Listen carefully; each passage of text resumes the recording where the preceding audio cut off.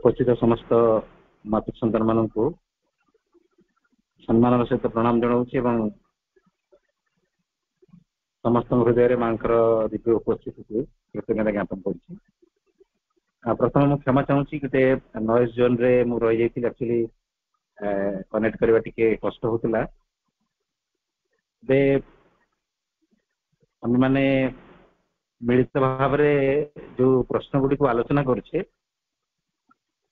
मोर आशा आपण मैंने समस्ते अनुभव करें जे जनकर आलोचना शुणा एवं निजे प्रस्तुत ही आलोचना को आसवा मध्य वास्तव में कौन पार्थक्य आपण मानू जिते सहज जिते उदाहरण देकी बुझेले भी जी स्पष्टता पाऊन निजे जिते आलोचना करें समस्ते अनुभव करते जे आपण सहजरे सेम सेम कथाटी को बुझी जाउछन आपण मानू बुझेवा समय रे स्पष्टता आसुथाई पारे किंतु ताठू अधिक आउरी चमत्कार भाव में आपण हृदय कथा को बुझुछन जेतेबेले आपण निजे आलोचना रे इन्वॉल्व होछन एवं जेतेबेले आमे जानिकी ही अनेक प्रश्न प्रस्तुत करा जाउछि मु आपण मानकू पूर्व भी सूचना देइथिली जे धीरे धीरे प्रश्न कॉम्प्लेक्स और कॉम्प्लेक्स आड़ को जीव सहज अवस्था वर्तमान अच्छी आम सहज कथाटी को बुझीगला धीरे धीरे आहरी कॉम्प्लेक्स क्वेश्चन को आम फेस करिया बारंबार से प्रश्न को सम्मुखीन हेले एवं ताको आलोचना करने चेष्टा कले प्रथमे आपन को ये प्रश्न गुड़ा कष्ट लगुला एवं सहज लगुच यापर जो प्रश्न दिज्व आपको प्रथम देखले कष्ट लगे तापर धीरे धीरे से प्रश्न सहज हम आहरी क्लिष्टकर प्रश्न आहरी कॉम्प्लेक्स क्वेश्चन आपण पाखु आसो आप सम्मुखीन हे तो से कॉम्प्लेक्स क्वेश्चन भी आपको सहज लगे आप इजी लगे आम निजर सत्ता संपर्क में आमको एत स्पष्टता आसो जे आमको माँ भी एक कहते कि स्वतंत्र समय बसिकी आपण सेल्फ ऑब्जर्वेशन कौन आवश्यकता पड़ो ना आपण कार्य करुवे कार्य करने समय निजक अति स्पष्ट भाव में ऑब्जर्व कर सामर्थ्य आपण भीतर आसी आउ स्वतंत्र भाव में बसबार किसी आवश्यकता रही आमर आलोचनार ताही उद्देश्य जे समस्ते स्पष्टता पाइबे समस्ते पुस्तकटी को निजे पढ़ी बुझीपारे निजे अभ्यास करें एवं ये अभ्यास भितर धीरे धीरे आत्मज्ञान आसो निजर सत्ता मान संपर्क में गोटे स्पष्ट ज्ञान प्राप्त समस्ते करेंगे यहाँ आम उद्देश्य आम प्रश्न गुड़ी तो आलोचना करे मु किसी समय गोटे स्थान रही नॉइज फ्री जोन रे आलोचित होता प्रश्न जदि आपर किसी भी द्वंद्व रही किसी भी जिज्ञासा रही पचारे अनुरोध आप पचारे मुझे चेष्टा करी मो तरफ से कथाटी को आउे स्पष्ट अवस्था को नापी टी आहरी भल भाव आलोचना करने समस्त प्रश्न मुझे अनुरोध करी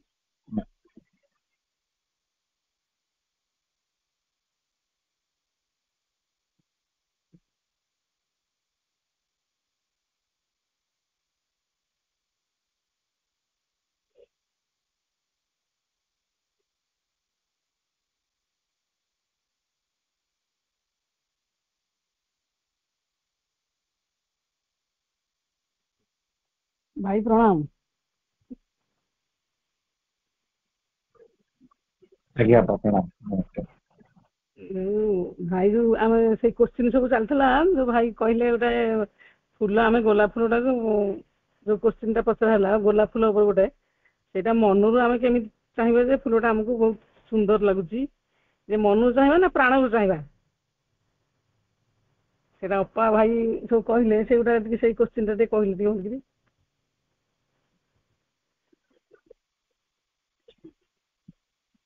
आज्ञा आम मान जीवन में किसी शब्दर महत्व और शब्दर गुरुत्व को बुझार बहुत आवश्यकता रही अनेक शब्द रही शब्दर महत्व और गुरुत्व आम मान वास्तव में बहुत स्पष्ट भाव में बुझार अच्छे गोटे शब्द अच्छी प्रेम भल पाइबा ये सब शब्द आवश्यकता दृष्टिकोण ये उदाहरण मुझे दूसरी आम स्पष्ट भाव बुझापी कारण आम मैंने ଅପଭାଇ ମାନେ ସମସ୍ତେ ଶିକ୍ଷକ ଶିକ୍ଷୟିତ୍ରୀ କିମ୍ବା ଅଭିଭାବକ ମାନଙ୍କର ଭୂମିକା ରହିଛି। ଗୋଟିଏ ଶବ୍ଦ ହଉଛି ପ୍ରେମ। ଆପଣ ଦେଖିବେ ଆଜିକାଲି ସମାଜରେ ପିତାମାତା ମାନେ ଶିକ୍ଷକ ଶିକ୍ଷୟିତ୍ରୀ ମାନେ ଏ ଶବ୍ଦଟିକୁ ତରୁଣ ତରୁଣୀ ମାନଙ୍କର ସାମ୍ନାରେ ଉଚ୍ଚାରଣ କରିବା ପାଇଁ ସେମାନେ ସଂକୋଚ ବୋଧ କରୁଛନ୍ତି। ଯୋଉଟେ ପ୍ରେମ ଶବ୍ଦଟିଏ ମୁଁ ବ୍ୟବହାର କରିବି, ଲଭ୍ ଇସ୍ ୱାର୍ଡ ଲଭ୍, ମୁଁ ବ୍ୟବହାର କରିବି ମୋର ପିଲାଟି ଆଗରେ। ଏପରିକି ଆପଣ ଦେଖନ୍ତୁ ଗୋଟେ ଜଣେ ଅଭିଭାବକ ଗୋଟେ ପିତାମାତା ଗୋଟେ ଝିଅର ହେଇଥିବେ ଯଦି, ସେମାନେ ତ ଆହୁରି ଏ କଥାଟିକୁ ଆହୁରି ସିରିୟସ୍ ବୋଲି ଭାବି ନେବେ। ମୁଁ ମୋରି କଥା ବି କହୁଛି। ମୁଁ ଥରେ ମୋର ଝିଅର ସ୍ପିଚ୍ ଲେଖୁଥିଲି ସ୍କୁଲର ଜନ୍ମଦିନ ପାଇଁ, ଏବଂ ମତେ ସେ ଲଭ୍ ଶବ୍ଦଟିକୁ ୟୁଜ୍ କରିବାକୁ ପଡିଲା, ଯେ ଲଭ୍ ଟୁ ମାଇ ବ୍ୟାଚମେଟ୍। ପ୍ରଥମେ ମୋ ଭିତରେ ଆସିଲା ଯେ ମୁଁ କେମିତି ସେ ଲଭ୍ ଶବ୍ଦଟି କେମିତି ବ୍ୟବହାର କରିବି କୁନି ପିଲାଟେ, ଲଭ୍ ଟୁ ମାଇ ବ୍ୟାଚମେଟ୍, କିଏ କଣ ଭାବିବ। ଆଚ୍ଛା, ମୋ ଭିତରେ ଏଇ କଥାଟି କାହିଁକି ଆସିଲା, ମୋର ଗୋଟେ ସିନ୍ସିୟର ଅବଜରଭେସନ ଯେ ସମାଜରେ ଏଇ ଶବ୍ଦଟି କରପ୍ଟେଡ୍ ସେଇଥିରେ ଆସିଲା। ତାପରେ ମୁଁ ସବୁଠୁ ନିଜକୁ କ୍ୱାଇଟ୍ କଲି, ମୁଁ କହିଲି I am using this ward as per the mother and ଶ୍ରୀରବିନ୍ଦ୍ର has told, ମା ଏବଂ ଶ୍ରୀରବିନ୍ଦ୍ର ପ୍ରେମର ଯାହା ସବୁ ସଂଜ୍ଞା ଦେଇଥିଲେ ମୁଁ ସେଇ ପ୍ରେମର ଶବ୍ଦଟିକୁ ଏଠି ବର୍ଣ୍ଣନା କରୁଛି। ଆବଶ୍ୟକ ପଡ଼ିଲେ ସେ ପ୍ରକୃତ ପ୍ରେମ ସମ୍ପର୍କରେ ମୁଁ ମୋର ଝିଅକୁ ବୁଝେଇବି ଯେ ହ୍ୱାଟ୍ ଇଜ୍ ଲଭ୍, ଲଭ୍ ମାନେ ବାସ୍ତବରେ କଣ। ଆଚ୍ଛା, ଏଇ ଭଲ ପାଇବାଟା ହଉଛି ବହୁତ ପ୍ରକାରର। ଆମେ ଭଲ ପାଇବା ଶବ୍ଦଟି ଯେତେବେଳେ ବ୍ୟବହାର କରୁ, କୋଉ ଜାଗାରେ କୋଉ ଭଲ ପାଇବାର ଅର୍ଥ କଣ ତାକୁ ବି ଆମକୁ ବୁଝିବାକୁ ପଡିବ। ଆମେ ଜାଣିଥିବା ଦରକାର, ମା ବି କଥା କହିଛନ୍ତି, ପ୍ରଭୁଙ୍କର ଆଲୋଚନାରେ ବି ରହିଛି, ଗୋଟିଏ ବାଘଟେ ଗୋଟେ ସିଂହକୁ ଖାଉଛି, କାହିଁକି ଖାଉଛି? Because this tiger loves the deer. ବାଘଟି ଭଲ ପାଉଛି, ବାସ୍ତବରେ ହରିଣକୁ ଭଲ ପାଉଛି ବୋଲି ସେ ଖାଉଛି। ପ୍ରେମ ବଶରେ ସେ ହରିଣଟିକୁ ହତ୍ୟା କରି ଖାଉଛି। ଯଦି ବାଘ ମଧ୍ୟରେ ହରିଣ ପାଇଁ ପ୍ରେମ ଭାବ ନଥାନ୍ତା, ବାଘଟି ହରିଣକୁ ଖାଇ ପାରନ୍ତା ନାହିଁ। ମନେ କରନ୍ତୁ, ମୁଁ এই ଉଦାହରଣ ବୋଧହୁଏ କେବେ ପୂର୍ବରୁ ଦେଇଥିଲି, ମନେ ଯାହା ପଡୁଛି, କିମ୍ବା ଅନ୍ୟ କୌଣସି ଆଲୋଚନା ହେଇଥାଇପାରେ। ଯଦି ଏଠି ଆଲୋଚନାରେ ଆସିଥିବ ପୁନରାବୃତ୍ତି ହବ। ଆପଣଙ୍କୁ ମୁଁ କଣ କରିବି, ଗୋଟେ ଜାଗାକୁ ଖାଇବା ପାଇଁ ନେବି। ଆପଣ ଖାଇବା ପାଇଁ ଗଲାବେଳେ ଗୋଟେ ଜାଗାରେ ଗୋଟେ ପାତ୍ର ଦିହରେ ଖାଦ୍ୟଟି ଥାଏ। ଆପଣମାନେ ସମସ୍ତେ ଟଏଲେଟ ପ୍ୟାନ୍ ଦେଖିଛନ୍ତି, ଟଏଲେଟ ପ୍ୟାନ୍। ଗୋଟେ ନୂଆ ଟଏଲେଟ ପ୍ୟାନ୍ ଟେ ଅଣାଯାଇଥିବ, ତାକୁ ୟୁଜ୍ ହେଇନଥିବ, ପୁରା ନ୍ୟୁ ଟଏଲେଟ ପ୍ୟାନ୍ ଯାହା କୁହାଯାଏ। ଆପଣଙ୍କ ସାମ୍ନାରେ ବି ଦରକାର ପଡ଼ିଲେ ସେ ପ୍ୟାକେଟଟାକୁ ଖୋଲାଯିବ, ତାକୁ ଭଲ ଭାବରେ ଧୁଆଇକି ପରିଷ୍କାର କରିକି ସେଇଥିରେ ଖାଦ୍ୟଟିକୁ ରଖିକି ଆପଣଙ୍କୁ କୁହାଯିବ ଯେ ଆପଣ ପ୍ଲେଟରେ ନେଇକି ବାଢିକି ଖାଆନ୍ତୁ। ଆପଣମାନେ ସମସ୍ତେ ଅବଜର୍ଭ କରନ୍ତୁ, ଆପଣ ସମସ୍ତଙ୍କୁ ଘୃଣା ଲାଗିବ। ହ୍ୱେରେଜ୍ ଆପଣଙ୍କର ମନ ଜାଣିଛି ଯେ ସେ ଟଏଲେଟ ପ୍ୟାନ୍ ଟି ୟୁଜ୍ ହେଇନି, କମ୍ପାନୀରୁ ଆସିଛି, ସିଲ୍ ଖୋଲା ହେଇଛି, କିନ୍ତୁ ସେ ଟଏଲେଟ ପ୍ୟାନ୍ ର ସେପ୍ ଟି ଯୋଉ ଭଳିଆ, ସେଇ ସେପ୍ ସହିତ ଆପଣଙ୍କର ମାଇଣ୍ଡର ଯୋଉ ପାର୍ଟଟି କନେକ୍ଟେଡ୍ ହେଇକି ଅଛି, ଅଟୋମେଟିକ ଘୃଣା ଆସିବ। ହ୍ୱେରେଜ୍ ଗୋଟାଏ ହୋଟେଲରେ ଆପଣ ଦେଖନ୍ତୁ, ଅପରିଷ୍କାର ପାତ୍ରଟେ ଖାଲି ବାହାରୁ ଚିକ୍ ଚିକ୍ ଦେଖାଯାଉଛି, ସେ ହାଇଜିନ୍ ନୁହଁ, ତା ଗରମ ପାଣିରେ ଧୁଆ ଯାଇ ନାହିଁ, ଆପଣଙ୍କୁ ବାଡ଼ି ଦିଆଯାଉଛି, ଆପଣ ଆନନ୍ଦରେ ଖାଇଦେଇ ପାରୁଛନ୍ତି। କାରଣ ସେ ବସ୍ତୁଟି ପ୍ରତି, ସେ ପାତ୍ରଟି ପ୍ରତି ଆମର ଘୃଣା ଭାବ ନାହିଁ। ଆପଣ ଯାହାକୁ ଖାଇବେ ତା ପ୍ରତି ଭଲ ପାଇବା ଥିଲେ ହିଁ ସେ ଖାଦ୍ୟଟି ଯେତେ ଅପରିଷ୍କାର ହେଇଥିବ ଆପଣ ଖାଇବା ପାଇଁ ଇଚ୍ଛା କରିବେ। ତ ବାଘର ହୃଦୟରେ ହରିଣ ପ୍ରତି ପ୍ରେମ ଅଛି ବୋଲି ସେ ତାକୁ ଖାଇପାରୁଛି, ନହେଲେ ଯଦି ଘୃଣା ଭାବ ଥାନ୍ତା, ଘୃଣ୍ୟ ବସ୍ତୁଟିକୁ ଜଣେ ଜଣ ଖୁସିରେ ଖାଇପାରିବେ କି? ଖାଇବାଟା କଣ ଏନ୍ଜୟ କରିପାରିବେ? କିନ୍ତୁ ବାଘ ହୃଦୟରେ ଥିବା ପ୍ରେମ ହରିଣ ପ୍ରତି, ସେ ପ୍ରେମ ଯାହା ଗୋଟେ ମାର ହୃଦୟରେ ତାର ସନ୍ତାନ ପ୍ରତି ଥିବା ପ୍ରେମ, କଣ ସେଇ ପ୍ରେମ କି? ସେ ପ୍ରେମ ଯେ, ସେଇ ପ୍ରେମ ମାନେ ଭିନ୍ନ ଭିନ୍ନ ସତ୍ତା ମାଧ୍ୟମରେ ପ୍ରକାଶ ପାଆନ୍ତି।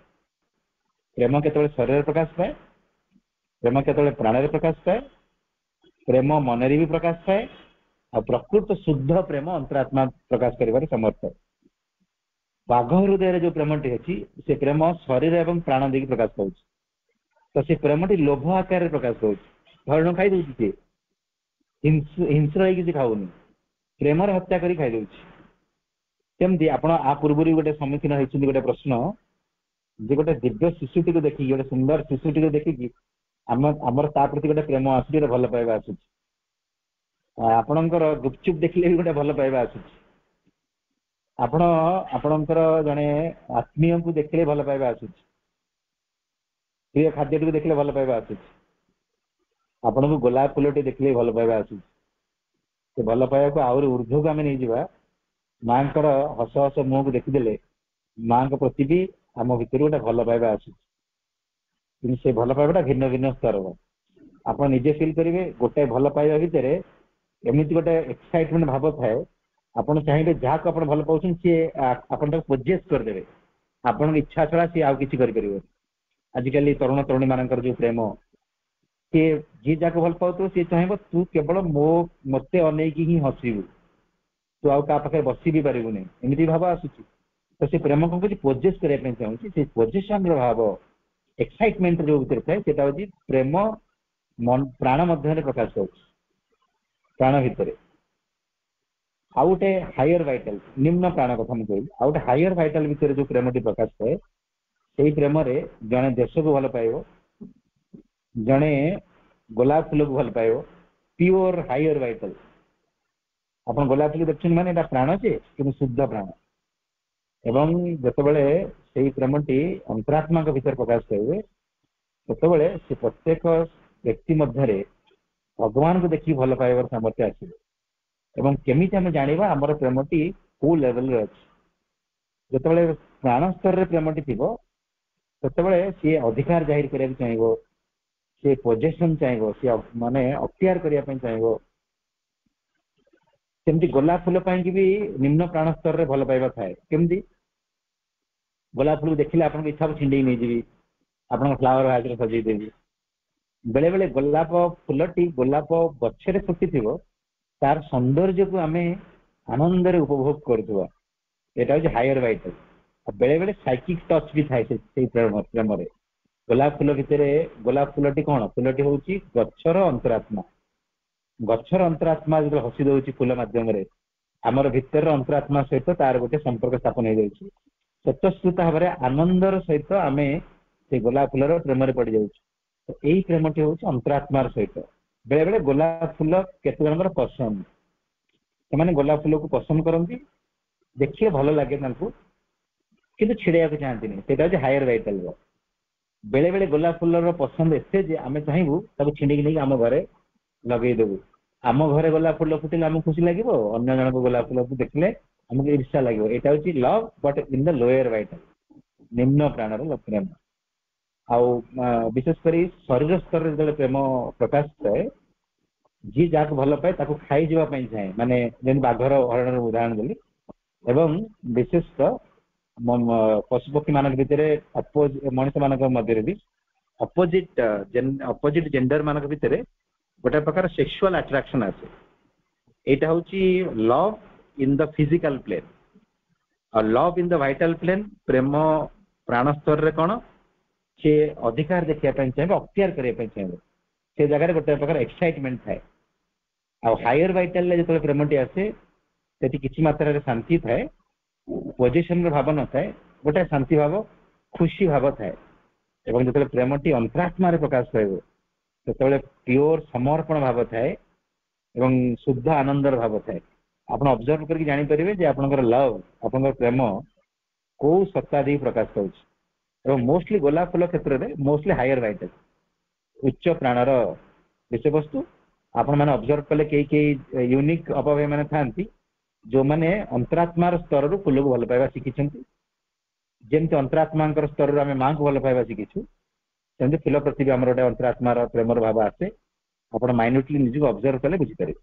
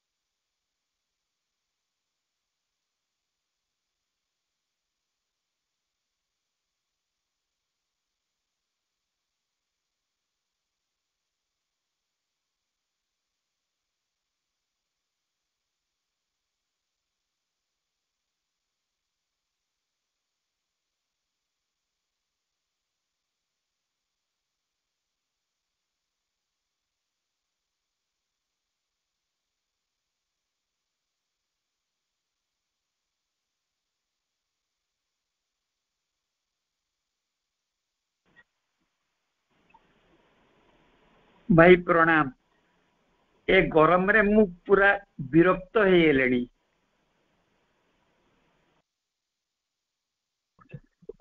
ଆଜ୍ଞା ଭାଇ ଆପଣ ମାନେ ଏହାର ଉତ୍ତର କଣ ଦେଇଛନ୍ତି ମୁଁ ଜାଣିନି। ଯେ ପ୍ରକୃତିରେ ବିରକ୍ତି ଭାବଟି ପ୍ରାଣର। କାରଣ ଗରମଟା ବାସ୍ତବରେ ଶରୀରକୁ କଷ୍ଟ ଲାଗେ। ଆଚ୍ଛା, ଯୋଉ କଥାଟି ଆମକୁ କଷ୍ଟ ଲାଗୁଛି ସବୁ କଥା ସହିତ ବିରକ୍ତି ଭାବ ନଥାଏ। ଆପଣ କଷ୍ଟକୁ ସହ୍ୟ ବି କରି ଯାଇପାରନ୍ତି। ଯେମିତି ଆପଣ ଦେଖିବେ ଗରମରେ ପିଲାମାନେ କ୍ରିକେଟ ଖେଳୁଛନ୍ତି। ଏବେ ମୁଁ ଉଦାହରଣ ଦଉଛି, ଯେତେବେଳେ 46 ଡିଗ୍ରୀ ଟେମ୍ପରେଚର କଟକ ଭୁବନେଶ୍ୱର ହେଲା, ଅଲମୋଷ୍ଟ 46, ଗଭର୍ଣ୍ଣମେଣ୍ଟ ସବୁ ସ୍କୁଲ ଛୁଟି ଡିକ୍ଲେୟାର କରିଦେଲେ ଏବଂ ଗଭର୍ଣ୍ଣମେଣ୍ଟ ତରଫରୁ ଅନେକ ଆଡଭର୍ଟାଇଜମେଣ୍ଟ ଆସିଲା ଯେ ସକାଳ 8 ପରେ ଆପଣ ଘରୁ ବାହାରନ୍ତୁ ନାହିଁ, ଯଦି ଅର୍ଜେଣ୍ଟ କାମ ଅଛି ବାହାରନ୍ତୁ, ଯଦି ବାହାରିବେ କଳା ଚଷମା ପିନ୍ଧିବେ, ମୁଣ୍ଡରେ ଟୋପି ଲଗେଇବେ, ସଫିସିଏଣ୍ଟ ପାଣି ପିଇବେ, ସବୁ ପ୍ରିକସନ କଥା ସେମାନେ କହିଲେ। ଇନକେସ୍ ଅନଇଜି ଲାଗୁଛି ତାହେଲେ ଆପଣ ସାଙ୍ଗେ ସାଙ୍ଗେ ଫେରି ଆସିବେ, ପାଣି ପିଇବେ, ଥଣ୍ଡା ଜାଗାରେ ଶୋଇବେ, ପାଣି ଦେହରେ ଓଦା କପଡା ପକେଇବେ, ବେଶୀ ଅନଇଜି ଲାଗିଲେ ଡାକ୍ତରଙ୍କୁ ଦେଖେଇବେ। ପ୍ରିକସନ ଗଭର୍ଣ୍ଣମେଣ୍ଟ ଏକଥା କହିଲେ, ବାସ୍ତବରେ ସେୟା କରାଗଲା, ସ୍କୁଲ ଛୁଟି ହେଇଗଲା ସବୁ। ବୟସ୍କ ଅଭାବୀ ମାନେ ଘରୁ ବାହାରକୁ ବାହାରିଲେନି ଅତି ଅର୍ଜେଣ୍ଟ କାମ ନ ପଡିଲେ। ମୁଁ ସବୁବେଳେ ଦେଖେ ଆମ ସ୍କୁଲ ପଡିଆରେ, ଯେହେତୁ ସ୍କୁଲ ଛୁଟି ପଡିଆ ଫାଙ୍କା, ଆମ ସ୍କୁଲର କିଛି ପିଲା ଏବଂ ତାଙ୍କର ସାଙ୍ଗସାଥି ମାନେ ଦୂର ଡକାଡକି ହେଇକି ସେମାନେ ସେଠି କ୍ରିକେଟ ମ୍ୟାଚ୍ କରନ୍ତି। କ୍ରିକେଟ ମ୍ୟାଚ୍ ଟି ଆରମ୍ଭ ହୁଏ, ଏକ୍ଜାକ୍ଟଲି ଆରମ୍ଭ ହବ 3:15-20 ବେଳକୁ। 3:15-20 ପୂର୍ବରୁ ସେମାନେ ଆସିବେ, ଷ୍ଟମ୍ପ ପୋତିବେ, ବାଉଣ୍ଡ୍ରିକୁ ଠିକ କରିବେ, ତାଙ୍କ ଭିତରେ ବଣ୍ଟା ବଣ୍ଟି ହବ। ଏଇ ସବୁ ଜିନିଷ ଭାବନ୍ତୁ 2:45 3ଟା ବେଳକୁ ମ୍ୟାକ୍ସିମମ୍ ସେମାନେ ଫିଲ୍ଡରେ ପହଞ୍ଚି ସାରିଥିବେ। କାହା ଘର 1 କିଲୋମିଟର, କାହାର 1.5 କିଲୋମିଟର, ସେତିକି ବାଟ ସେମାନେ ସାଇକେଲରେ କ୍ରସ କରିବେ। ସେମାନେ ଆହୁରି ପୂର୍ବରୁ ସେମାନେ ଘରୁ ବାହାରିଥିବେ, କାହିଁକି ସେମାନଙ୍କୁ ତ ଗରମ ବିରକ୍ତିକର ଲାଗୁନି, ସେମାନେ ଗରମରେ କ୍ରିକେଟ ଖେଳକୁ ଏନ୍ଜୟ କରୁଛନ୍ତି। କାରଣ ଶରୀର କେବଳ ଗରମର ସେନ୍ସେସନକୁ ଫିଲ୍ କରେ, ଶରୀର ଭିତରେ କୌଣସି ପ୍ରକାର ବିରକ୍ତି ଭାବ ଆସେ ନାହିଁ। ବିରକ୍ତି ଭାବଟା ଆସେ ପ୍ରାଣରେ। ଅନେକ ବ୍ୟକ୍ତି ଅଛନ୍ତି ସେମାନେ ଗରମକୁ ଏନ୍ଜୟ ବି କରନ୍ତି। ମୁଁ ଖେଳର ଉଦାହରଣ ଦେଲି, ମା ବି କହିଛନ୍ତି ବୋଲି ଭାବନ୍ତି, ସେମାନେ ସୂର୍ଯ୍ୟଙ୍କର କିରଣର ସ୍ପର୍ଶରେ ଆନନ୍ଦିତ ହୁଅନ୍ତି, ବିରକ୍ତି ହୁଅନ୍ତି ନାହିଁ। ତ ସେ ଜାଗାରେ ଶରୀର ଭିତରେ ଟଲରାନ୍ସ ପାୱାର ଅଛି, ଶରୀର ସହି ଯାଇପାରିବ। କିନ୍ତୁ ବିରକ୍ତି ଭାବ ଯଦି ଆସିଲା ଆପଣଙ୍କର, ଗରମରେ ଆପଣ କଷ୍ଟ ଲାଗିପାରେ, ଗରମଟା ସବୁବେଳେ ଏନ୍ଜୟେବଲ୍ ନୁହଁ, ବେଳେବେଳେ ଶରୀରକୁ କଷ୍ଟ ବି ଲାଗେ। 46 ଡିଗ୍ରୀ 47 ଡିଗ୍ରୀ ହେଇଯିବ ମାନେ ଆପଣଙ୍କୁ ଅନଇଜି ଲାଗିବ, ସେଟା ହେଉଛି ଶାରୀରିକ କଷ୍ଟ। କିନ୍ତୁ କଷ୍ଟ ସହିତ ଯଦି ବିରକ୍ତି ଭାବ ଆସିଲା, ଆପଣ ଚିଡ଼ଚିଡ଼ା ହେଲେ, ଆପଣ ନିଜ ଉପରୁ କଣ୍ଟ୍ରୋଲ ହରେଇଲେ, ଆପଣ ତାକୁ ଗାଳି କରି ପକଉଛନ୍ତି ଗରମ ଯୋଗୁଁ, ଆପଣ ମୁଖ୍ୟମନ୍ତ୍ରୀକୁ ଗାଳି କଲେଣି, ଇଲେକ୍ଟ୍ରିକ ଡିପାର୍ଟମେଣ୍ଟକୁ ଗାଳି କଲେଣି, ଆପଣ ବିରକ୍ତ ହେଇକି ସେ ଆପଣଙ୍କର ଘରେ କିଛି ଫୋପଡା ଫିଙ୍ଗା କଲେଣି, ଏଇଟା ହେଉଛି ପ୍ରାଣର ବିରକ୍ତି ଭାବଟି, ପ୍ରାଣର। କିନ୍ତୁ ଶରୀରର କଷ୍ଟ ବି ଥାଏ। ବେଳେବେଳେ ଗରମରେ ଆମକୁ କଷ୍ଟ ଲାଗୁଛି, ଆମେ ରାତିରେ ଶୋଇଛୁ, ହଠାତ୍ ଲାଇନ କଟିଗଲା, ଫ୍ୟାନ୍ ଏସି ବନ୍ଦ ହେଇଗଲା, କିଛି ସମୟ ପରେ ଆମର ଶରୀର ଗରମର ପେନ୍କୁ ଫିଲ୍ କଲା, ନିଦ ଭାଙ୍ଗିଗଲା, ଆମେ ହଠାତ୍ ଉଠିଗଲୁ, ଆମେ ଦେଖିଲୁ କିଛି ଅନଇଜି ଫିଲିଂ ହଉଛି। ସେଇଟା ହେଉଛି ଶରୀର କଷ୍ଟ ଭୋଗେ, କିନ୍ତୁ ବିରକ୍ତି ଭାବ ପ୍ରାଣରେ ଥାଏ। ଆମେ ଏଇ କଥାଟି ବୁଝିପାରିଲେ ଆମେ ନିଜକୁ କଣ୍ଟ୍ରୋଲ କେମିତି କରିବା? ଆମେ ଗରମରେ କଷ୍ଟ ସହିବା, ବିରକ୍ତ ହବାନି। ଗରମଟା ଲାଗିଲା ନା, ଟିକେ ଅନଇଜି ଲାଗିଲା, ଠିକ ଅଛି, ଥଣ୍ଡା ଲାଇନ ଆସିଗଲେ କିମ୍ବା ଟିକେ ଥଣ୍ଡା ହେଇଗଲେ ଆମକୁ ଭଲ ଲାଗିବ, ଆଉ ମୁଁ ଚିଡଚିଡି ହେବିନି। ଆମର ସାମ୍ନାରେ ଯୋଉ ମହାନ ଉଦାହରଣ ପରମ ପ୍ରଭୁ ସୃଷ୍ଟି କରିକି ଯାଇଛନ୍ତି, ତାଙ୍କର ପ୍ରିୟ ସନ୍ତାନ ମାନେ ମଧ୍ୟ ସେ କଥା ଗୁଡିକୁ ଚମତ୍କାର ଭାବେ ବର୍ଣ୍ଣନା କରିଛନ୍ତି। ଆପଣ ପଢିବେ ନିରଜ ବରଙ୍କର ସୂର୍ଯ୍ୟବନ୍ଦନ ସୁଧ 12 ବର୍ଷ, ସେ ଲେଖୁଛନ୍ତି ପଣ୍ଡିଚେରୀର ଗରମ ପ୍ରତି ଆପଣ ମାନେ ସମସ୍ତେ ଅବଗତ, ଏବଂ ପଣ୍ଡିଚେରୀର ଇଲେକ୍ଟ୍ରିକ ଡିପାର୍ଟମେଣ୍ଟ ଏତେ ଖିଆଲି ଯେ କେତେବେଳେ ଲାଇନକୁ ଦବାକୁ ପଡିବ, କେତେବେଳେ କାଟିବାକୁ ପଡିବ, ସେ ସମ୍ପର୍କରେ ସେମାନେ ସିନସିୟର ନୁହଁ। ଭୋଲ୍ଟେଜ ଏତେ କମ ଯେ ଫ୍ୟାନ ଟି ବୁଲିଲା ବେଳକୁ ଯେତିକି ପବନ ସୃଷ୍ଟି ହୁଏ, ଗୋଟିଏ ଦୁଇଟି ମାଛି ଉଡିଗଲେ, ମାଛିର ପର ହଲିଗଲେ ସେତିକି ପବନ ପ୍ରାୟ ହଉଥିବ। ସେ ସ୍ଥାନରେ ବି ଅବିଚଳିତ ଭାବରେ ପ୍ରଭୁ ତାଙ୍କର ଚିଠି ପତ୍ର ଲେଖା ଲେଖି କରୁଥାନ୍ତି। ଦେହରୁ ପ୍ରବଳ ଝାଳ ବାହାରୁଥାଏ, ଝାଳ ବୋହି ବୋହି ଚଟାଣରେ ଏତେ ପରିମାଣରେ ଗଦା ହେଇଯାଇଥାଏ ଯେ ଦେଖିଲେ ଲାଗିବ ପ୍ରଭୁ ଗୋଟେ କ୍ଷୁଦ୍ର ଜଳାଶ୍ରୟ ମଧ୍ୟରେ ବସିକି ଚିଠି ପତ୍ର ଲେଖୁଛନ୍ତି। ନିରଜାଙ୍କର ବର୍ଣ୍ଣନା ଆପଣ ଦେଖନ୍ତୁ।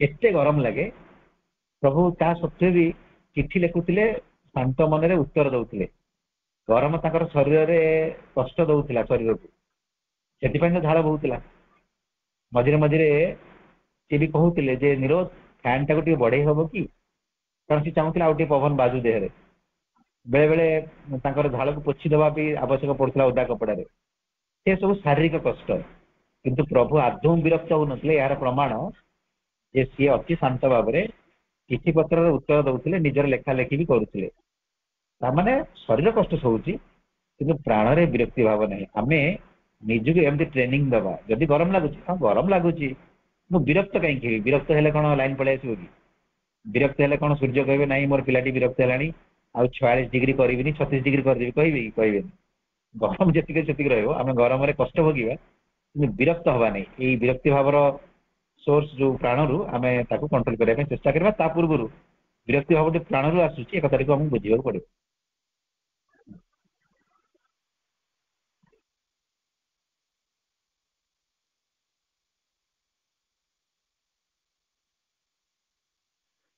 हाँ बहुत सुंदर भाव में भाई हमको बुझे देले भाई को बहुत बहुत धन्यवाद समस्त अपा भाई को बहुत बहुत धन्यवाद हम समस्ते एमती ए समय रे आ